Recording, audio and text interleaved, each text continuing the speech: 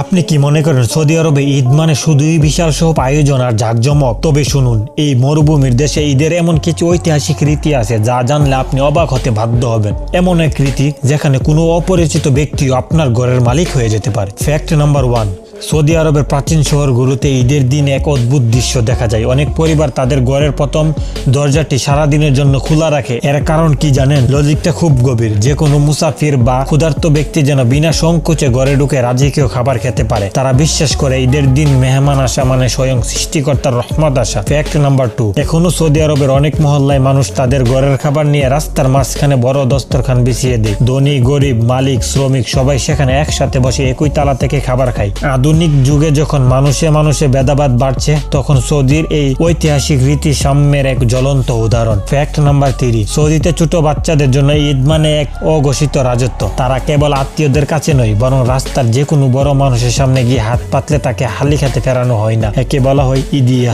ইতিহাস বলে আরবের শেখরা তাদের সম্পদের একটি অংশ আলাদা করে রাখতেন শুধুমাত্র অপরিচিত শিশুদের মুখে হাসি ফুটানোর জন্য। ফ্যাক্ট নাম্বার 4, ঈদের বিশেষ খাবারের একটি ঐতিহাসিক গোপন দিক আছে। মরুভূমির নিচে বড় গর্ত করে সেখানে কয়েক ঘন্টা মাংস রান্না করা হয়, যাকে আমরা মেন্দি বলি। কিন্তু এর আসল লজিক হলো প্রাচীন যুদ্ধ বা কাফেলাদের সময়কাল থেকে আসা, যাতে আগুনের ধোঁয়া শত্রুপক্ষ দেখতে না পায় এবং মাটির তাপে খাবার দীর্ঘক্ষণ গরম থাকে। শেষ কথা, এই রীতিগুলো প্রমাণ করে সৌদি আরবের ঈদ কেবল উৎসব নয়, এটি ত্যাগ আর অতিথিয়তের 1000 বছরের পুরনো মহাকাব্য। আপনার কাছে এই ফ্যাক্টগুলোর মধ্যে কোনটি সবচেয়ে বেশি অবাক করার মতো লেগেছে? কমেন্টে আপনার লজিক জানান।